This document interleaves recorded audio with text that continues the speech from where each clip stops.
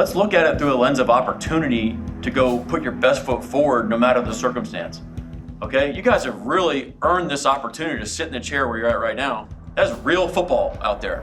Some high-level stuff.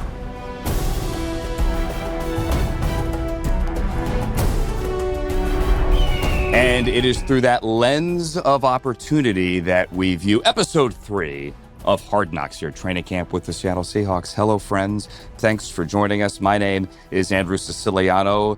We have an opportunity coming up shortly to speak to a diehard Seahawks fan and one of the people that I respect most in this business for the career that she has built from ESPN. The great Mina Kimes will join us. This episode begins with Mike Macdonald telling his team that they need to play to win, which, well, of course, you need to play to win. You play to win the game, as Herm Edwards once said. It became a meme. But why is that significant? Because Macdonald admits, and this is big because it's a coach standing before a team saying, hey, I may not have been my best last year. I may have failed you. He said that when he was a younger assistant in Baltimore and a head coach in Seattle, that he didn't play to win. He didn't coach to win. He coached to not lose. And there is a difference, he points out, that you have to play to win and that this team has that opportunity and that they need to look through the lens of opportunity if they want to hoist the Lombardi a second time. And it is through that lens that we view this entire episode from the very beginning to the very end when we have Montorie Foster, who's an amazing story, or Uso Seumalo, who, how about that video of him playing 8-man football on Molokai back when he was in high school? They have an opportunity to join an elite group. And throughout this episode, we see veterans of that elite group, as we've seen with Cooper Kupp in the past, coaching up these young players so that they can seize that opportunity, an opportunity that can get them a ring. It's pretty cool. The opportunity that we continue, the thread that goes from episode 2 to episode 3, is the opportunity for the Seahawks to sign Terrion Arnold and the opportunity for Arnold to try to resurrect his career. It's a long-term play. Nicole, I appreciate you reaching back. I appreciate you reaching back out. I just want to develop the human. No. He'll get a chance to play at some level. But for sure. But he knows that, right? Like, he knows he's coming to, 100%. Because I'm like, hey, man, 100%. We're here to make you a better person and a better player. That is John Schneider, the Seahawks GM, speaking with Nicole Lynn, who is an NFL agent with a lot of power and a lot of clients. She represents Terrion Arnold. She has also represented and gotten huge contracts for Jalen Hurts, the Super Bowl winning quarterback of the Eagles, and Myles Garrett, for my money, the greatest defensive end and defensive lineman of our generation. So Nicole Lynn is a power player here, and she's trying to find a new home for a guy that was released by the Detroit Lions last month. We told you about Terrion Arnold, and you saw the early steps in this process in episode 2. Episode 2 ended with a cliffhanger. After Arnold worked out with the Seahawks, do they upset their culture? A culture highlighted in episode 2 by bringing in a guy with some pretty serious charges. Terrion Arnold has 8 felonies hanging over his head. He may get suspended. He may go on the commissioner's exempt list. He hasn't been in a football camp since he was released by the Lions, so he has to get back into football shape. Last week, Schneider said we might be able to play him in the preseason. Who knows? Macdonald, as of Monday, the day before this episode dropped, said he has no timetable on Arnold's return to football. But clearly, John Schneider wants to sign him. We hear Nick Saban's name 3 times, a legendary former Alabama coach, because Arnold played for Saban. Hey, he's got Saban's endorsement. Hey, Saban loves him. Clearly, Schneider's trying to make the case. Hey, guys, are you with me? I'm going to look down here at these quotes. John Schneider to Nicole Lynn. We're going to make you a better person. That is a bold claim. But the Seahawks, go back to episodes 1 and 2, it's all about the culture. John Schneider is selling the agent, and she says that he visited 7 teams and implies he has 7 offers, that we are going to make you a better person. Come in here and play along, and you will benefit from this. He also concedes we don't know how long it's going to be until we can get him on the field. Nicole says this is for personal reasons, for personal growth. for personal development, that she thinks this is the right place for Terrion Arnold. We can make you a better person. I don't know that I've ever heard a GM say that. When Schneider was sitting there talking to Robbie Oots, who's now out for the year, the Seahawks had to put him on IR. That's not included in the episode, but he's an Alabama teammate of Terrion Arnold. You see them, Oots, in Schneider's office, and there's a comment there that Arnold's personality is just like that of Jalen Milroe. That is saying a lot, because Jalen Milroe, the people at Alabama used to joke, would run for president one day. He could be mayor of Tuscaloosa, he could be governor of Alabama, and that one day, Milroe would run for president, which brings us to the quarterback room. So let's talk about the lens of opportunity for the quarterback room. It's an interesting room because you have Sam Darnold, who won a Super Bowl. You have Drew Lock, who was a second-round pick once of the Broncos, was a key piece in that Russell Wilson trade. And then you have Jalen Milroe, and that's how we tie this all together here. Milroe was a third-round pick. He is an amazing athlete. My friend Daniel Jeremiah, the draft analyst on NFL Network, now ESPN, said last year before the draft, told me that Jalen Milroe's running ability was the single greatest skill that any player had in the 2025 NFL draft. Greatest skill, strength, arm, footwork, power, whatever. Jalen Milroe's ability to run the football was the single greatest skill. He's also an exceedingly likable guy. We see Jason Garrett saying that he learned to play quarterback, really, and learned to stay prepared as a backup because he was never going to get the reps, so he had to draw out all the plays, sitting on the bus, sitting at home, doing the play calls to himself, driving to work every day, and that's how he learned that you learn as a backup because you're the lifeline for the starting quarterback. And that was a lesson for all of them. And you see Sam Darnold basically say, I didn't learn that until I went to San Francisco and I was the backup and I didn't get any reps. San Francisco was Sam Darnold's opportunity to reset and learn. Since he went to San Francisco, 28-7. He was 14-3 with the Vikings. The Seahawks then gave him another opportunity. He went 14-3, including 3 wins in the postseason. And Sam Darnold now has a ring. He got another opportunity, and then he became this guy.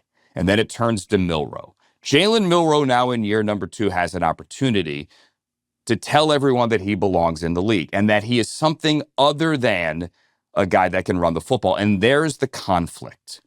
Because Mike Macdonald comes in and basically says, like, do it, man. Give me more cowbell. I need to see you run, man. You're a weapon.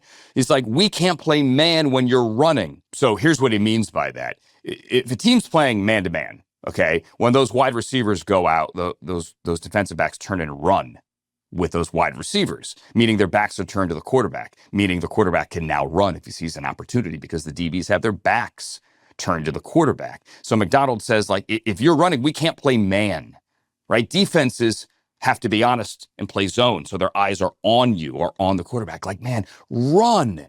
And Milroe says, the Ferrari is in the garage. The Ferrari is in the garage. I don't Come on, why? Why? What are you waiting on? Spread the ball. Spread the love. You are around. spreading the love around. Every now and then, I let it. If you just got the ball and ran, Yeah. then I'd be like, hey, park the car. Yeah. No doubt. But you don't do that. Yeah. That's what makes it more potent because there's more Right. space. Yeah. And now we have to match all the routes. And then they get to the game and you see Jalen Milroe finally run a little bit. And Jalen Milroe has that opportunity to really be a weapon, but he wants the opportunity to be a quarterback. And it is a fascinating struggle, for my money, that so many young quarterbacks go through. Do I unlock my superpower, or do I prove that I can play quarterback? And that's what we see with Milroe. The next chance for opportunity for Jalen Milroe and for everyone else trying to make this team is an actual game. They get to hit somebody else. They get to go to Lumen Field with an amazing crowd, 57,000 people, as Mike Macdonald says, 57,000 people. Like, that's unbelievable for a preseason game. That was ticket scanned. They announced 68. I've never seen that many people, Macdonald says, for a preseason game. But the opportunity to perform in front of the 12s and to try to make this team. Montorie Foster is one of the best stories in the NFL right now. Fun fact, I pitched our crew, hey, we should really talk about Montorie Foster this week. And then bam, he scores a touchdown and he's in this episode. So here's his story. He played football at Michigan State. He was a good wide receiver, but Nick Marsh was the star. He wasn't the biggest name. I called one of his games a couple of years ago. He caught a couple of passes. He wasn't the guy you focused on during the broadcast.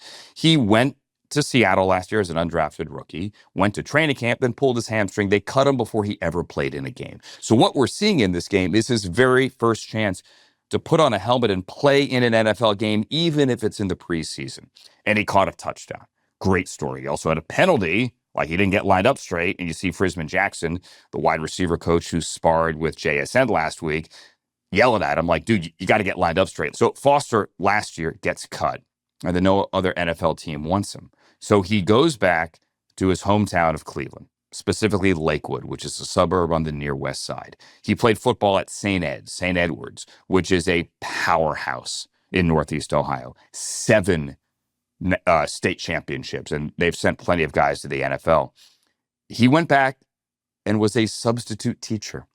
He got his real estate license. It's charming here. We see him online, like trying to renew his license, and he's frustrated with how much it costs to renew his license. He would go on showings to try to sell a house, and he would bring his Super Bowl ring. Yes, he got a Super Bowl ring because late in the year, the Seahawks last year, they needed somebody for the practice squad, so they called him back. Well, they invited him back to training camp, and here he finally gets in a game. He scores a touchdown. He also has that bad moment as mentioned, but this is his opportunity to stick and to finally play football. Some other things that stood out to me. I love the high school video for undrafted free agent rookie defensive lineman Uso Seumalo, who played at Kansas State, but we see his 8-man football high school video where he is a quarterback, like with the flowing mane and the kid's probably 275 pounds and nobody can tackle him as a quarterback on the tiny island of Molokai in Hawaii. Number 2, we do read the comments and I have an apology to make. 5 yards on me. I've been flagged for messing up a name. I have a mental block with Seahawks defensive coordinator Aiden Durde. Not Arden, like I said last week. Aiden Durde. Yes, I know I messed it up, and I caught it when I was listening back to the pod. I do listen on Wednesday morning on my run last week and went like, oh, you idiot. Actually, you know what? That should be a 15-yard penalty, not a 5. Point number 3. And I made this clear in the first episode about how much I love the Seahawks facility and the setting in Renton. I love Seattle. Like, if I retire one day, I'm probably going to go to the Pacific Northwest. I said that at dinner last night to a friend. And in this episode, Puget Sound, and they get Pearl Jam, and you see Starbucks and a Boeing 777 taking off. Boeing is up there. I'm an airline geek. Like, well done NFL films for like painting the picture of Seattle. For my money, one of the coolest places in America. I love how Mike Macdonald is in awe of some of his players. He's mic'd up, obviously, the whole time, every day at practice, but it really comes through, and with colorful language, just how much he's in awe of Jalen Milroe's speed or Jackson Smith and Jigba's route running. These are candid, unscripted moments that really pull back the curtain and give us some great insight as to what Mike Macdonald thinks of his guys, as opposed to just podium speak and the normal praise you hear from NFL head coaches. It's good stuff. And then finally, speaking of candid moments, when Devin Witherspoon gets his bag, he gets his contract, and you see all the love in the locker room, that shows you how much his teammates love him and respect him and are happy for him. And when Devin Witherspoon goes in and talks to Schneider and Macdonald after the deal is done, I wrote this down, Schneider says, "What are you buying us?" Smile the dudes. Holy. Just the guys I want. What are you baby? What are you buying us?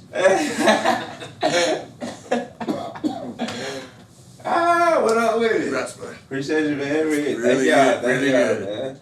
What I'm talking about right there, the real love, that real love, yeah. Do you feel like I don't know that I've ever heard that line before. And then they joke that eventually his name's going to be up on the wall and up in the stadium, and that he's going to be here until he's 30, like when he's an old man. Great. 30 is now officially old. What am I buying Mina Kimes? What am I buying Mina for taking time out of her busy day to be this week's guest on our show? You see her on every single ESPN NFL show, including the Emmy-winning NFL Live. She has a wonderful podcast with a beautiful, adorable little guy named Lenny. She is a Jeopardy champion. And Mina Kimes, you're a diehard Seahawks fan. It is good to see you. Thanks for doing this. It's so good to see you, my friend. I think we should clarify for those who don't know, Lenny is a dog. You said I had a podcast with a beautiful little guy named Lenny. And I do think maybe if people didn't know, they might be wondering about that description. They're like, wow, okay, Andrew, calling someone a beautiful little guy. Lenny's a dog. He is a dog. Yes. And he is thanks the for co-host of my podcast. clarifying. No problem. Happy to do it. But as mentioned, you are a Seahawks fan, like I am a Browns fan. Most fans get excited when their team is announced that it's going to be on Hard Knocks. Were you excited back in March when you heard the news? Yeah, I think, it's an interesting choice, right? Because it's the team just won the Super Bowl. And I thought this would be a rare opportunity to kind of get insight into what it looks like after the win, which is a unique position for any team to be in. How do you sustain success? How do you run it forward, as Mike Macdonald says? I think also Mike Macdonald was someone I was interested in seeing more of. I think Hard Knocks, you end up getting a pretty good feel for the head coach. And obviously he has had so much success so quickly in the NFL that I thought it would be intriguing to see, okay, what is he doing in the building? Like, what's his formula? What is he like with the guys? What is he like with the other coaches? And I think we've seen a lot of that. Are you a Hard Knocks dork like me over the years? Yeah, I've watched a lot of them. I was just talking to someone about what the best one of all time is, and it's hard to not pick the Jets, the Revis holdout season, I think, with Rex Ryan, but that Brown season was quite good. And I gotta say, this is not, I don't say this as a homer, I say this as an analyst. I'm really enjoying the Seahawks season thus far, Andrew, because it's leaned so heavily into football. I think we're getting some really unique insights into how a football team operates and what happens between the lines. Now, I'm not going to say it was not something we've seen on Hard Knocks before, but I really am enjoying that piece of it. Yeah, you kind of walked into my next question, which was going to be, what is your favorite? And we've already, I think, had some classic moments in this one, whether it's Cooper Kupp and Mike Macdonald talking about stuff, or the start of episode 2, where Macdonald's throwing Derek Hall out of practice. Like, what has been your favorite football moment so far? I loved the meeting we saw with Jackson Smith and Jigba, the reigning offensive player of the year, and the Seahawks wide receivers coach. Just kind of the push and pull, the back and forth, as Jackson called it. This is banter, but it had a little bit of an edge to it. And I think that, coupled with Macdonald's interactions with Hall, we're seeing what it's like to be coached, right? And JSN's obviously is a superstar in the league, but even superstars can get tough coaching and you got to push them. And I think it's really cool to see that. And Hall, he's sort of like, maybe a bit surprisingly, in the kind of the breakout character, because, I don't think folks know a lot about him. He has such a unique story. He's talked about being incredibly premature as a baby, which is amazing to see now because of how big he is, of course. But I think, seeing a young player who's a good player, who's an ascendant player, and seeing where he's screwed up. I think even the nuances of him screwing up is interesting for folks to see. And I thought Hard Knocks did a great job of capturing, like, you don't touch the quarterback. But he didn't. So it's like, okay, but what does it mean to get too close? What should he have done in this situation? The way he rushed him, why did that make the coaches so mad?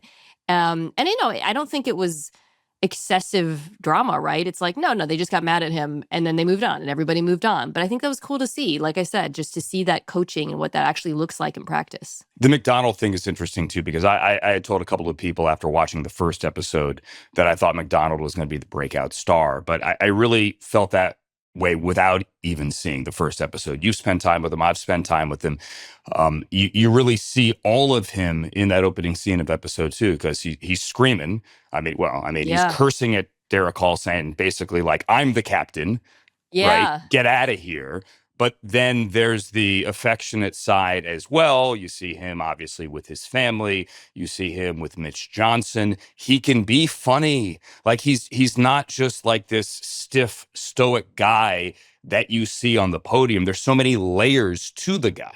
The moment when he says who's running this practice was really cool, because it's not that it was surprising per se, but I think at that point thus far, on the show, and then I think, in the public presentation, he presents as extremely self-deprecating. I wouldn't describe him as mild-mannered by any stretch, but he's not like a gigantic character. And sometimes with coaches like that, you wonder, okay, what does it look like for them to crack down or to impose discipline or to set boundaries? And then to see him do it in that moment was like, okay, that's what that looks like. And it's funny because he's obviously a very intense coach and very extraordinarily hardworking, and they get at that a little bit. But he has somewhat, I would say, of a more laid back personality.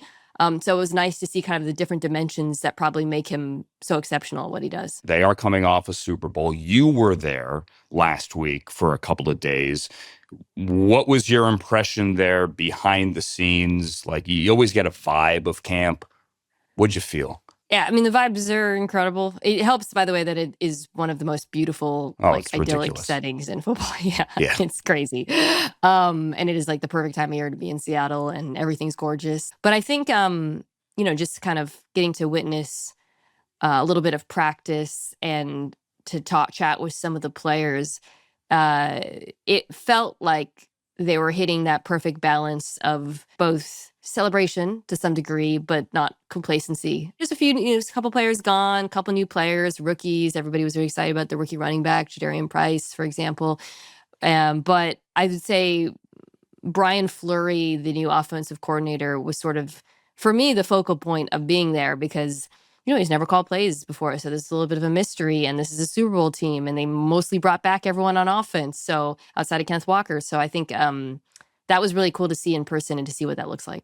I saw some of your interview when you were there with Cooper Kupp, specifically talking about the offense. He's talking about motion for the sake of motion, things like that. He could run a full game just in motion before the actual snap. What did you take away from that conversation or other conversations when you were there about what Fleury truly is going to do with this offense and how it's going to be different than what Clint Kubiak did last year? Yeah, definitely more motion at the snap, which is not something Seattle did a lot of. There were pre-snap shifts, but not a lot of players moving when the ball was snapped. I got the sense that it's going to be important in the run game, which is going to be interesting because the run game in Seattle last year, Kenneth Walker was a Super Bowl MVP. It finished on a really strong note, but it was pretty uneven over the course of the season, especially the first half of the season. It was actually kind of bottom of the NFL. Some of that due to the way the defenses were playing them and how that changed as the year went on, and defenses just started over-indexing on trying to, contain Jackson Smith-Njigba. But I do think we're going to see some evolution in what that looks like, and motion is going to be a big part of it. I also think heavy personnel. So Fleury's background is coaching tight ends in San Francisco. So I think we are going to see a lot of big bodies in the backfield, in motion, trying to help make that run game a little bit more efficient and explosive. As we sit here today, the news obviously is broken that they're going to bring in Terrion Arnold. We had the curtain pulled back last week as to John Schneider and Joey Schneider talking about, I guess really for lack of a better term, spin, like how to frame this potentially here publicly. And then the cliffhanger after an entire episode based on the Seahawks culture, right? The culture is what got them that Lombardi. Do they bring in Terrion Arnold? The answer now is yes. Your thoughts? And this is true of every NFL team. When you sign a player with, pending legal issues or allegations or charges, in the case of Arnold, it won't be decided for a while. So I think one of the things that's pending, and maybe we'll learn this soon, is whether or not he gets put on the commissioner's exempt list in the meantime. That is something I'm sure Seattle has talked about. Will we get to see that? You know what I mean? Like, I'm very interested in getting a little bit of more insight into the risk calculus here from an NFL team, discussions about culture, discussions about public perception, discussions about the product on the field and whether or not he'll actually play, whether or not the risk reward is worth it. Arnold is a player who did not have a good season last year. I think that's kind of gotten lost in some of this. He was a first-round draft pick, but he really struggled for Detroit. I'm glad you brought that up. He was going to fight for a job this year in Detroit. I mean, the off-the-field stuff aside, 2 years under his belt, one of them injured or partially banged up, missed like half the season last year. But it's not as if they were going, wow, we can't wait to pay this guy. He's 1 year away from that. But there were still some question marks about whether or not Terrion Arnold is the guy. Well, now you're going to potentially upset your culture, if you will, or at least bring this guy in. And is it worth it? at the risk of sounding terribly cynical, I think if Arnold had a talent level of like a Devin Witherspoon, he would probably still be on the Detroit Lions. So Yeah. start there, right? No. So the Lions clearly decided it wasn't, right? The Seahawks are deciding it is. There's so many unknowns here with regards to his case, how it plays out, that it's almost hard for me to say from a football perspective whether it's worth it, because I don't know if he's going to play. Just again, keeping it to football for a minute, cornerback depth is the question on this team. There's a reason why they were one of the teams who took a look. Tariq Woolen left in free agency. Josh Jobe played well for them last year. They gave him a contract, but you'd like to have flexibility to move Witherspoon inside and outside depending on opponents. However, beyond Witherspoon and Jobe, it's pretty questionable, the cornerback depth on this team, right? So from a football perspective, to answer your question, they needed more cornerback depth. Don't know if he's going to play. I've seen every team in the NFL do this. So I guess I'm never really particularly surprised when teams are willing to take these types of risks. On one of your more recent pods, you had friend of the program, Scott Van Pelt, on, and I love how you do this. You do this with your mock draft as well. Tip of the cap. I'm going to give my guest a choice, right? Yeah. And that's how we do our power rankings. So you said these are co-power rankings. You gave Scott the choice at 1, Rams Seahawks. He went Rams and made the point that if Zach Charbonnet doesn't pick the ball up on TNF in December, then the NFC Championship game is in LA. I've made that point as well. But you obviously have a life on TV where you have to give opinions. We all do, and sometimes people don't like the opinions. The idea that you have the Rams ahead of the Seahawks, your Seahawk fan brethren, how are they taking that? Because it's been rough hearing all the news. I know Seahawks fans, it's been rough. Yeah. The Myles Garrett and the Rams hype this year. I don't think I'm alone in saying that the Rams right now do have the best roster in football. That doesn't mean they're without weaknesses and vulnerabilities. I think depth is a serious question mark for LA, particularly a couple of crucial positions, offensive tackle and wide receiver jump out, right? So this is not a perfect, indestructible juggernaut of a team, but on paper, the depth chart is pretty, ridiculous. I think that's great for Seattle. You won the Super Bowl and you get to be the underdog. Like, how often does that happen, awesome. right? Like, they get to play the chip on their shoulder card.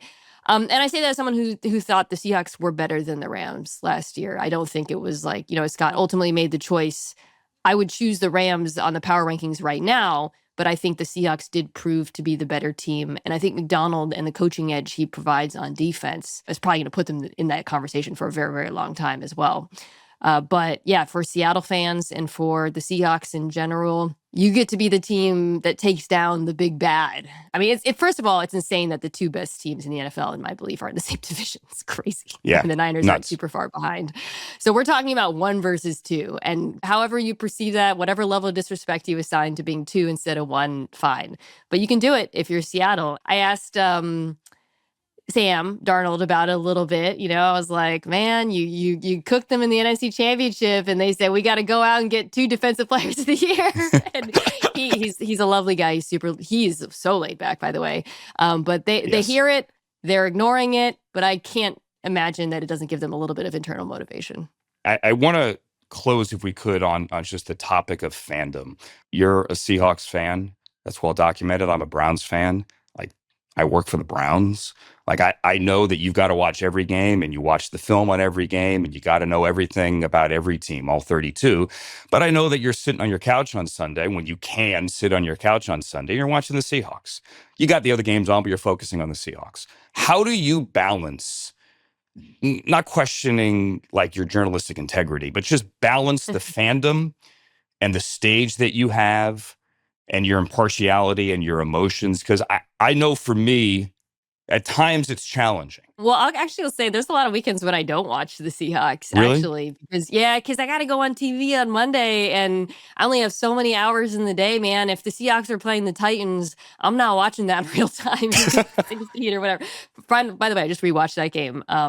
Ultimately, I'll get around to watching it. But on Sundays and Mondays, I'm watching what we're going to talk about and really drill down on that. Now, fortunately for me, because the Seahawks were so relevant right, this year, and particularly as the season went on and down the stretch, I had to watch them and pay close attention for my job. But usually, folks are always like, how do you watch all the games? Well, I don't at first, right? I'm watching probably 5 to 6 Sunday, and as the night goes on, I'm watching more and more, but there's a real priority on what are we talking about the next day. And honestly, I'm at a point now where, this is going to sound bad, I don't really, when I experience any emotions the Super Bowl, it's really not for me. I feel happy for my family because they're really invested. You know what I mean? So I'm like, oh, my mom's going to be so stoked to see this. For me, I really just root for good football to talk about and noticing cool things that I can talk about on TV. And that's kind of probably what's changed the most about me because of my job. But I will say I did really love this last run for my family because it meant a lot to them. And it always brings everybody really close together too when the group chat gets popping when the team is relevant. And that's really fun. I have a lot of Seahawks fans generally in my life, and it was an awesome season for them. They're loving this season of Hard Knocks. This is a really likable team, Andrew. I think that's on display. Really genuinely likable players, really great personalities. And I think so far the series has done a really good job of spotlighting them. And you've done an amazing job as a really likable and wonderful guest here.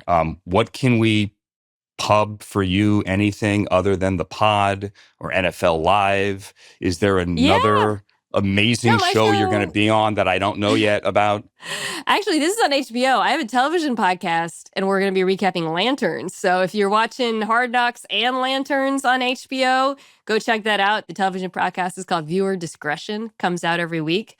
But yeah, the Mina Kimes Show featuring Lenny. Obviously, we will talk a lot about the Seahawks if you're a Seahawks fan. All of the division previews will be done, I think, by the time you listen to this. So go check it out wherever you get your pods. You're the greatest. Thank you for doing this. Bye, buddy. What an amazing opportunity to talk to Mina Kimes there, who, as mentioned, is a Seahawks fan and as good an analyst as there is in the business. The point I was making and the point that Scott Van Pelt made on Mina's pod last week was that if Zach Charbonnet against the Rams on that Thursday night in December doesn't pick up that football, and hand it back to the ref, then the NFC Championship game is in LA and not in Seattle. And what if? It doesn't matter what if. The Seahawks won. It doesn't matter if me or if SVP or if anyone thought the Rams were the better team during the year. The Seahawks beat them 2 out of 3. They seized the opportunity. And now they have the opportunity to back it up. They won. That's it. And now they are trying to do it again. I have the opportunity now to award our 12th man of the week. And this week, it's not a man, it's a mini man. It's a little kid. It's Jack Macdonald, son of Mike Macdonald at camp. And he saw Blitz, the mascot, and he blew Blitz a kiss. He's adorable. Jack Macdonald, our mini man of the week. I also want to tip the cap and say that maybe Annie Russell deserves commendation as well. You see her with Brady Russell, the Seahawks fullback, sitting there talking about how she wanted to walk at 41 weeks pregnant out to the field from the parking lot. That she was ready. When's your due date? My due date was 6 days ago. Well, the due date came and the baby came on game day. And Brady Russell got that news at halftime. He got out of uniform. He got dressed. Mike Macdonald said, "Get out of here." You need help getting to the hospital? No, I'm all good. Okay. What happened to her? His wife's going to Labor Day. Oh. Everything going okay? And we are happy to report that Hadley, Catherine Russell, and mom, Annie, are doing just fine. Congratulations, Russell family. Which takes us to the end of the episode. And we come full circle for the lens of opportunity. We saw that game, and we now look into the future through the lens of opportunity for the Seahawks, but really for guys trying to make this team. The established veterans that have been featured, Cooper Kupp and Sam Darnold and JSN and Devin Witherspoon and Leo Williams, they're good. It's about Montorie Foster. It's about Uso Seumalo. It's about the guys now trying to make the team. And you see at the end, Uso Seumalo's family saying, mom says, you played so well, you had a good game, and it could have been better. Well, now it gets serious. You saw Foster score the touchdown, but he also had the penalty.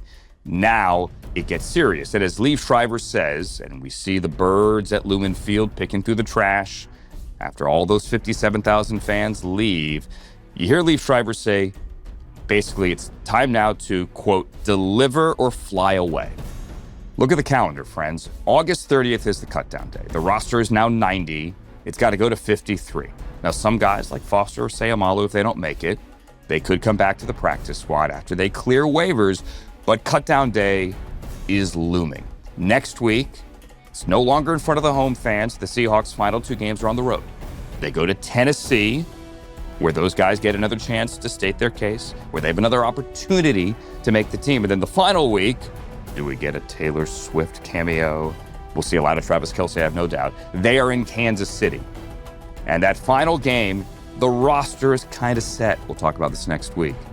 So there's only a couple of jobs, especially on a roster like this, that are truly up for grabs.